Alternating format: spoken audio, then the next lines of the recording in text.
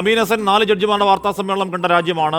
ആ 4 ജഡ്ജിമാരിൽ ഒരു ജഡ്ജി എന്താണോ വാർത്താ സമ്മേളനത്തിൽ പറഞ്ഞത് അതേ ആരോപണത്തിന് പിന്നീട് വിധേയനാകുന്ന കാഴ്ച നമ്മൾ കണ്ടതാണ്. എന്ന് പറഞ്ഞാൽ ഈ പറയുന്ന ഭരണകൂടത്തിന്റെ പിടിമുറുക്കം അവിടെ ഉണ്ടാകുന്ന ആരോപണം കേൾക്കുന്നുണ്ട്, അല്ലെങ്കിൽ ഒരുപാട് കേസുകൾ കെട്ടിക്കിടക്കുന്നു, അതിന് ഇൻഫ്രാസ്ട്രക്ചറുമായി ബന്ധപ്പെട്ട എന്താണ് ഇപ്പോൾ അപര്യാപ്തത നമ്മൾ കേൾക്കുന്നുണ്ട്.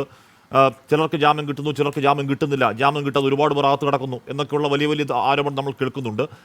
എന്ന് പറയുമ്പോൾ പോലും നമ്മുടെ രാജ്യത്തെ ഇപ്പോഴും ഏറ്റവും വിശ്വാസമുള്ള ഒരു സംവിധാനം അതല്ലേ?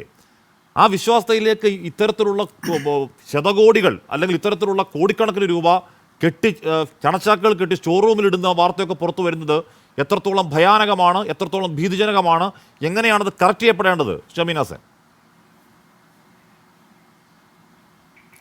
ആഷ്മി, എനിക്ക് തോന്നുന്നത് താങ്കൾ പറഞ്ഞതുപോലെ ഈ അഴിമതിയുമായി ബന്ധപ്പെട്ട വാർത്ത ഏറ്റവും കൂടുതൽ അസ്വസ്ഥപ്പെടുത്തിയിട്ടുണ്ടാവുക വളരെ കൃത്യമായി വിധിന്യായങ്ങൾ പറയുന്ന ഈ വ്യവസ്ഥയെ വളരെ കൃത്യമായി മുന്നോട്ട് കൊണ്ടുപോകുന്ന ന്യായാധിപരെ കൂടിയായിരിക്കും.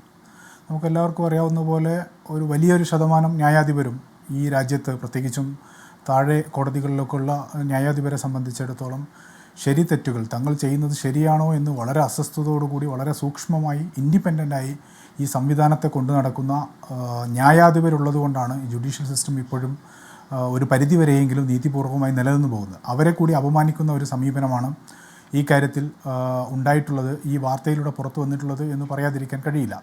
അതേസമയം താങ്കൾ സൂചിപ്പിച്ചതുപോലെ അത്ര ഞെട്ടലുണ്ടാക്കുന്ന ഒന്നാണോ ഹാഷ്മി ഇത്? തീർച്ചയായും അഴിമതി പണത്തിൻ്റെ പണക്കെട്ടുകളുടെ വിവരം അത് പുറത്തു വന്ന രീതിയൊക്കെ നമ്മൾ അസ്വസ്ഥപ്പെടുത്തിയിട്ടുണ്ടാവും. പക്ഷേ ഇതേ അലഹാബാദ് ഹൈക്കോടതിയിൽ നിന്നുള്ള, ഇദ്ദേഹം നേരത്തെ അലഹാബാദ് ഹൈക്കോടതിയിലെ ജഡ്ജായിരുന്നല്ലോ, ഹൈക്കോടതിയിൽ നിന്നുള്ള ഒരു ന്യായാധിപനാണ് കഴിഞ്ഞ ഒരു 4-5 മാസങ്ങൾക്ക് മുമ്പ്, ഞാൻ ആ ന്യായാധിപൻ പറഞ്ഞ കാര്യങ്ങൾ വളരെ ചുരുക്കി ഒന്ന് വായിക്കാം ഹാഷ്മി. ഇത് ഹിന്ദുസ്ഥാനാണ്, ഈ രാജ്യം ഭൂരിപക്ഷത്തിൻ്റെ ഇച്ഛകൾക്കനുസരിച്ച് പ്രവർത്തിക്കണം, അതാണ് വേണ്ടത്. ഞാൻ ഒരു ന്യായാധിപനായിക്കൊണ്ടാണ് ഈ അഭിപ്രായം പറയുന്നത് എന്ന് ചിലപ്പോൾ നിങ്ങൾ പറഞ്ഞേക്കാം. VHPയും RSSും ഒക്കെ ഹിന്ദുയിസവും ഒക്കെ UCC യൂണിഫോം സിവിൽ കോഡിന് വേണ്ടി വാദിക്കുന്നവരാണ്. ഞാൻ അതുകൊണ്ട് പറയുകയാണ്, ഈ രാജ്യത്ത് എത്രയും പെട്ടെന്ന് ഒരു ഏക സിവിൽ കോഡ് കൊണ്ടുവരേണ്ടതുണ്ട്, അതിന് ഞാൻ പ്രതിജ്ഞ ചെയ്യുന്നു എന്നടക്കം ഇവിടെ പറയാൻ കഴിയാത്തതടക്കമുള്ള അതീവമായ വർഗീയമായ പരാമർശം ഒരു ന്യായാധിപൻ നടത്തിയിട്ട് എന്ത് സംഭവിച്ചു കാശ്മീർ ഈ രാജ്യത്ത്? അതുപോട്ടെ, ഈ MP സ്ഥാനം അഴിമതി പണം പോലെ സ്വീകരിക്കുന്ന വിശദാംശങ്ങളിലേക്ക് പോകുന്നില്ല. ഒരു വിധിയുണ്ട്, അതേ കോടതി ജഡ്ജിയിലെ വിധിയാണെന്ന് പറഞ്ഞാൽ ഈ പറയുന്ന ഒരു പോക്സോ കേസിൽ ഒരു പെൺകുഞ്ഞിനെ നെഞ്ചത്ത് പിടിക്കുന്നതോ അല്ലെങ്കിൽ പൈജാമ അഴിക്കുന്നതോ റേപ്പിനുള്ള മുന്നൊരുക്കമാണ്, റേപ്പായിട്ട് കണക്കാക്കാൻ പറ്റില്ല എന്ന് പറഞ്ഞ് വേറെ വിധി കൂടെ അവിടെ ഉണ്ടായിട്ടുണ്ട് കേട്ടോ. ഇത് പറഞ്ഞ് VHPയുടെ പരിപാടിയിലാണെന്ന് പറയാം, അത് കോടതി പറഞ്ഞ വിധിയാണ്. അമീൻ ഹസൻ, അങ്ങനെ വിചിത്രമായ ധാരാളം വിധികൾ കൂടി, വളരെ അസംബന്ധമായ ധാരാളം വിധികൾ കൂടി ഈ രാജ്യത്ത് ഉണ്ടാവുന്നുണ്ട്. അത് തിരുത്താനുള്ളൊരു മെക്കാനിസമെങ്കിലും നമുക്കുണ്ട് എന്ന് പറയാം. അതേസമയം ഞാൻ RSS ആയിരുന്നു, ഞാൻ അതിലേക്ക് തിരിച്ചു പോകുന്നു എന്ന് പറഞ്ഞ് രാജിവെച്ച് തെരഞ്ഞെടുപ്പിൽ മത്സരിക്കുന്ന ന്യായാധിപരെ നമ്മൾ കാണുകയാണ്. ആ അർത്ഥത്തിൽ ലക്ഷ്മി, ഇത് വളരെ ഗൗരവമായി സമീപിക്കേണ്ട. ഞാൻ ഈ സന്ദർഭം ജുഡീഷ്യറിയെ ഇകഴ്ത്തുന്നതിന് ഉപയോഗപ്പെടുത്തുന്നില്ല, അതല്ല അതിനുള്ള പരിഹാരം എന്ന് പറയുന്നത്. അതേസമയം ഈ രാജ്യത്ത് സാമ്പത്തികമായി അഴിമതി എന്ന് പറയുന്നത് സാമ്പത്തികമായി, രാഷ്ട്രീയമായി, ഐഡിയോളജിക്കലായി പലതരത്തിലുള്ള ഇന്ത്യൻ ഭരണഘടന വിഭാവനം ചെയ്യുന്നതിൻ്റെ അപ്പുറത്തുള്ള ഒരു രീതിയിലേക്ക് ജുഡീഷ്യൽ സംവിധാനങ്ങൾ മാറിക്കൊണ്ടിരിക്കുന്നുണ്ട് എന്ന ഗൗരവകരമായ പ്രശ്നത്തെ നമ്മൾ കാണേണ്ടതുണ്ട്. അതെങ്ങനെയാണെന്ന് വെച്ചാൽ നമുക്കെല്ലാവർക്കും അറിയാം, ഇപ്പോൾ ഇതൊരു ചീഫ് മിനിസ്റ്ററുടെ വീട്ടിലായിരുന്നു ഈ പണം പിടിച്ചിരുന്നതെങ്കിൽ അരവിന്ദ് കെജ്രിവാൾ എത്ര ദിവസം ജയിലിൽ കിടന്നു എന്ന് നമുക്ക് പ്രൈമാ ഫേസിയുള്ള തെളിവുകളുടെ അടിസ്ഥാനത്തിലാണല്ലോ ED അദ്ദേഹത്തെ അറസ്റ്റ് ചെയ്യുന്നു. ഇതേ സുപ്രീം കോടതി അദ്ദേഹത്തിന് ജാമ്യം നൽകാൻ എടുത്ത സമയവും നമ്മൾ കണ്ടതാണ്. ഇങ്ങനെ ധാരാളം ഒരു ഇപ്പോൾ സിറ്റിംഗ് ആയിട്ടുള്ള ഒരു ചീഫ് മിനിസ്റ്ററുടെ വീട്ടിൽ നിന്നാണ് ഈ പണം പിടിച്ചതെങ്കിൽ അദ്ദേഹം ഇപ്പോൾ ഗവൺമെൻറ്റിൻ്റെ അതിഥിയായി ജയിലിൽ കിടക്കുന്നുണ്ടാവില്ലേ? എന്തുകൊണ്ടാണ് മാർച്ച് 14 ഇങ്ങനെ ഒരു സംഭവം ഉണ്ടായിട്ടും ഇപ്പോൾ നമ്മൾ സുപ്രീം കോടതിയുടെ ഇടപെടലിനെ കുറിച്ച് വളരെയധികം പ്രശംസിക്കുമ്പോൾ തന്നെ അഡ്വക്കേറ്റ് അഭിലാഷ് സൂചിപ്പിച്ചതുപോലെ ഇത് ജനങ്ങളുടെ ഒരു വിജിലൻസിൻ്റെ കൂടി ഒരു വിജയമായിട്ടുണ്ടാവുന്ന ഇടപെടൽ കൂടിയാണ് എന്ന് നമ്മൾ മനസ്സിലാക്കണം. അതേസമയം 10 ദിവസമായിട്ടും അദ്ദേഹത്തിനെതിരെ ഒരു FIR രജിസ്റ്റർ ചെയ്യണം. ഇവിടെ ശ്രീജിത്ത് സൂചിപ്പിച്ചതുപോലെ പ്രൈമാ ഫേസിയ കേസുണ്ട് എന്ന കാര്യത്തിൽ ആർക്കും തർക്കമില്ലല്ലോ.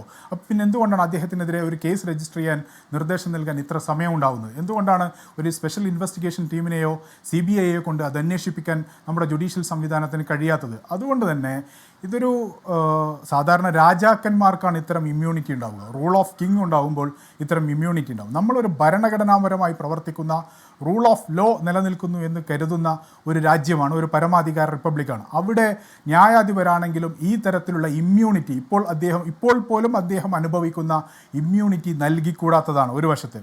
രണ്ടാമതായി, ഇത് നേരത്തെ സീനിയർ അഭിഭാഷകനായിട്ടുള്ള ദുഷ്യന്ത് ദവേ ഒരു ചാനലിൽ പറയുന്നത് ഞാൻ ശ്രദ്ധിക്കുകയായിരുന്നു. അദ്ദേഹം പറയുന്നുണ്ട്, നമ്മുടെ ജുഡീഷ്യറിയെ ഒരു ക്യാൻസർ പോലെ ബാധിച്ചു കൊണ്ടിരിക്കുന്ന ധാരാളം അനഭിലഷണീയമായ പ്രവണതകളുണ്ട്. അതിൻ്റെ വിശദാംശങ്ങളിലേക്ക് ഞാൻ പോകുന്നില്ല. അതുകൊണ്ട് തന്നെ ജുഡീഷ്യറിയെ കൂടുതൽ അക്കൗണ്ടബിൾ ആക്കുന്ന ഒരു സംവിധാനം രൂപപ്പെടുത്തുന്നതിന് ഈ സാഹചര്യങ്ങളെ ഉപയോഗപ്പെടുത്തേണ്ടതല്ലേ? നേരത്തെ താങ്കൾ സൂചിപ്പിച്ചല്ലോ, സുപ്രീം കോടതിയിൽ തന്നെ ഇത്തരം അബ്സേർഡായ വിധികൾ എന്ന് പറയുന്നത് ഹൈക്കോടതികളിൽ നിന്ന് മാത്രമല്ല, ധാരാളക്കണക്കിന് ഭരണഘടനാ വിരുദ്ധമായ പ്രശ്നങ്ങളെ അഭിമുഖീകരിക്കുന്നിടത്ത് സുപ്രീം കോടതിയിൽ നിന്നുണ്ടാകുന്ന മെല്ലപ്പോക്ക്, ഓദർ ആരാണെന്നറിയാത്ത വിധിന്യായങ്ങൾ പറയുന്ന തരത്തിലുള്ള അസാധാരണമായ നീക്കങ്ങൾ നടത്തുന്ന സുപ്രീം കോടതിയുടെ സമീപനങ്ങൾ, ഇത്തരത്തിൽ സുപ്രീം കോടതിയിൽ നിന്ന് പുറത്തു വരുന്ന ന്യായാധിപർ ഭരണാധികാരത്തിൻ്റെ പലതരത്തിലുള്ള അപ്പക്കഷ്ണങ്ങൾ കാത്തിരിക്കുന്നു. ഗവർണർമാരാകുന്ന ന്യായാധിപരുണ്ടാകുന്നു, എം പിമാരാകുന്ന ന്യായാധിപരുണ്ടാകുന്നു. ഇതൊക്കെ ഈ രാജ്യത്ത് പലതരത്തിലുള്ള സ്വാധീനങ്ങൾക്ക് ജുഡീഷ്യറി വഴങ്ങുന്നുണ്ട് എന്നതിൻ്റെ വളരെ കൃത്യമായ ഉദാഹരണമായിരുന്നിട്ട് പോലും യാതൊരു തരത്തിലുള്ള ഇടപെടലുകളും സുപ്രീം കോടതിയുടെ ഭാഗത്തു നിന്നോ മറ്റോ ഗൗരവമായി ഉണ്ടായിട്ടില്ല. ഈ സാഹചര്യത്തിലും അതുണ്ട് എന്ന് പ്രതീക്ഷിക്കാവുന്ന അവസ്ഥയിലേക്ക് എത്തിയിട്ടില്ല എന്നുള്ളത് കൊണ്ട് തന്നെ വളരെ ഗൗരവത്തോടു കൂടി ഒരു മാതൃകാപരമായ സമീപനം, ഈ ന്യായാധിപന് മാതൃകാപരമായ സമീപനത്തോടു കൂടി അദ്ദേഹത്തെ പിരിച്ചുവിടാനും അദ്ദേഹത്തിനെതിരെ കൃത്യമായ ആക്ഷൻ ഉണ്ടാവാനും, ഏതൊരു പൗരനെയും പോലെ അഴിമതി ആരോപണം നേരിടുന്ന ഏതൊരു പൗരനെയും പോലെ അഴിമതി ആരോപണം നേരിടാനുള്ള അവകാശവും അവസരവും അദ്ദേഹത്തിന് നൽകുകയാണ് വേണ്ടത്. അല്ലാത്ത ഇമ്മ്യൂണിറ്റികൾ മുഴുവൻ എടുത്തു കളയേണ്ടതുണ്ട്. അതോടൊപ്പം തന്നെ ജുഡീഷ്യറിക്കൊന്നാകെ ഒരു അക്കൗണ്ടബിൾ ആക്കാൻ കഴിയുന്ന, ജുഡീഷ്യൽ നിയമനങ്ങളെ കൂടി അക്കൗണ്ടബിൾ ആക്കാൻ കഴിയുന്ന ഒരു പുനഃപരിശോധനയ്ക്കുള്ള സാഹചര്യം കൂടിയാണ് ഇവിടെ ഉണ്ടായിട്ടുള്ളത് എന്ന വിശാലമായ അർത്ഥത്തിൽ ഈ പ്രശ്നത്തെ നമ്മൾ അഭിമുഖീകരിക്കേണ്ടതുണ്ട് എന്നാണ് എൻ്റെ അഭിപ്രായം.